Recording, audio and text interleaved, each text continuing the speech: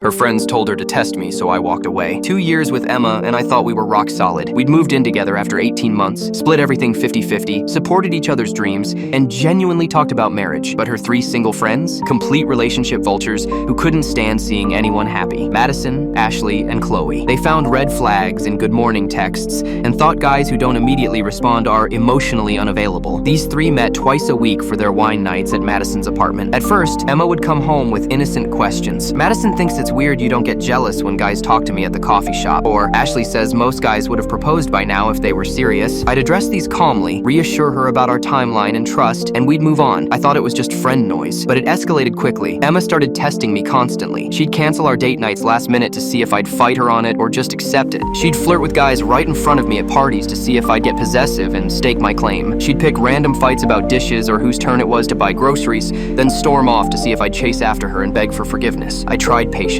I tried communication. I even suggested couples counseling to work through whatever was making her feel insecure. But Madison convinced her that suggesting therapy meant I thought she was crazy and that our relationship was already doomed. The breaking point came on our 2-year anniversary. I'd been planning for weeks. Dinner at the same Italian place where we had our first date. I'd even reserved the same corner booth. After dinner, I had a surprise weekend getaway planned, complete with the vineyard tour she'd been mentioning. Emma seemed off all day, checking her phone constantly, jumping when it buzzed. I figured she was planning her own anniversary surprise, maybe finally ready to have that serious conversation about our future. We're at dinner. The ambiance was perfect. Then suddenly, right as the waiter is setting down our bruschetta, Emma gets this dead serious look. "Jake, I think we should break up." I literally choked on my water. "I'm sorry, what?" She launches into this clearly rehearsed speech about needing passion, intensity, someone who would fight for her. The words sounded completely foreign coming out of her mouth. Stilted, practiced, like she was reading someone else's script. "I need to know you'd do anything for me," she said, staring at the bread basket instead of my face. "I need someone who won't just give up when things get hard. Someone who proves their love through actions, not just words." When I asked what fighting for her even meant practically, she couldn't give me a real answer. Just kept repeating something, anything, getting more flustered each time I pressed for specifics. In that moment, everything clicked with painful clarity. This wasn't Emma talking. This was Madison, Ashley, and Chloe's collective voice coming through her mouth. They'd convinced her to blow up our perfectly healthy, stable relationship to prove I was worthy of her. "Okay," I said calmly, and signaled for Antonio to bring the check. The color drained from her face instantly. "Okay, that's it? You're not going to fight for us?" "You've told me what you want," I replied, pulling out my wallet. "I'm not going to try to talk you out of a decision you've clearly already made." I paid for both our meals and stood up. "Wait, you're just leaving?" Emma's voice cracked, panic creeping in.